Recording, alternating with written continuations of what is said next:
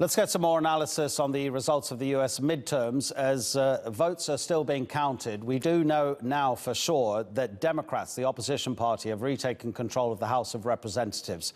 And the Republicans, Donald Trump's party, they have control of the Senate as they had before, a very slim majority in the upper house. Ross Feingold is in Hong Kong. He's a political analyst. Ross, thank you very much indeed for your time. I suppose both parties, they can celebrate, but also lament that they might have done a little bit better. Is that fair enough?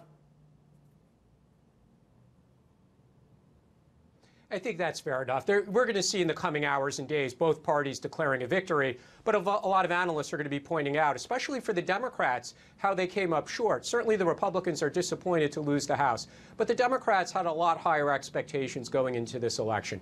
And Donald Trump still has a friendly Senate and still has enormous power of the presidency to take executive action. So the need to work with the Congress, with the Democrat-controlled House, of course, it's there. But there's a lot that President Trump can continue to do to implement his policies, regardless of who's control of the House. So it's actually going to be somewhat of a challenge, more so for the Democrats and for the Speaker, which might very well, again, be Nancy Pelosi, how to work with a Republican president and a Republican Senate, and we'll see how that's going to play out.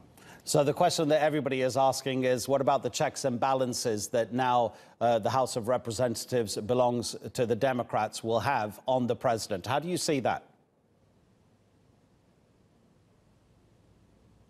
Well, regardless of who's a president, whether it's a Democrat or a Republican, Congress has an ability to investigate. Of course, the Democrats in the House are going to be a little more aggressive than Republicans have been over the last 2 years. But experienced politicians, the political appointees who are in most of the U.S. government agencies, whether it's the Treasury Department, State Department, Commerce Department, whoever gets requested to come up to a hearing at the House, they have a lot of experience with this. And it's not going to be that detrimental to the operations of the Trump administration. It's fun to speculate that it will be, but again, the presidency enjoys enormous executive power, and they're going to continue to implement the policies that they want to implement, even if there's occasional requests for hearings or to provide information to the House.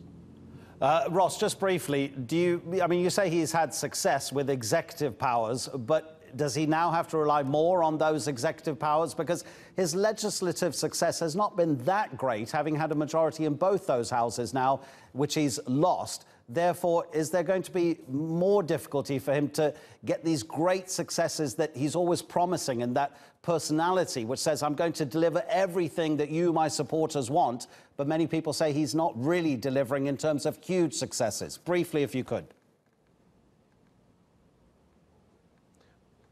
Yeah, the key thing for the House, Senate, and the President is to cooperate on passing a federal budget. Other significant pieces of legislation that are more partisan, such as repealing Obamacare, that's not going to happen. There's still areas for bipartisan cooperation, such as on infrastructure. And it'll be up to the House and the Senate to present a bill that the President can sign.